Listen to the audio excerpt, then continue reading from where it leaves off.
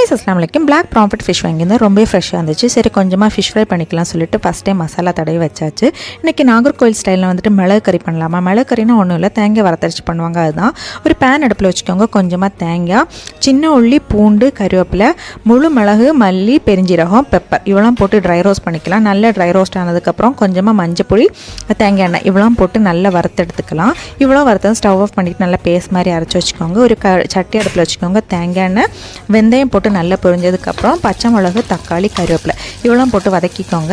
இது நல்லா வதங்கினதுக்கப்புறம் நம்ம அரைச்சி வச்சிருக்க பேஸ்ட்டு, இந்த கறிக்கு தேவையான அளவு புளி தண்ணி, உப்பு நல்லா கொதிச்சு வந்ததுக்கப்புறம் முருங்கைக்காய், மாங்காய், கருவேப்பிலை இவ்வளோ போட்டு நல்லா கொதிச்சதுக்கப்புறம் நம்ம க்ளீன் பண்ணி வச்சுருக்க மீன் ஒரு 10 நிமிஷம் நல்லா கொதிக்க விட்டால் ஃபிஷ்ஷு நல்லா வந்துடும். அதுக்கப்புறம் கொஞ்சமாக தேங்காய் எண்ணெய், கருவேப்பிலை போட்டு இறக்கணுன்னா செம்ம டேஸ்ட்டான எண்ணெய் மிதக்க நாகர்கோவில் ஸ்டைலில் வந்துட்டு மிளகு கறி ரெடி.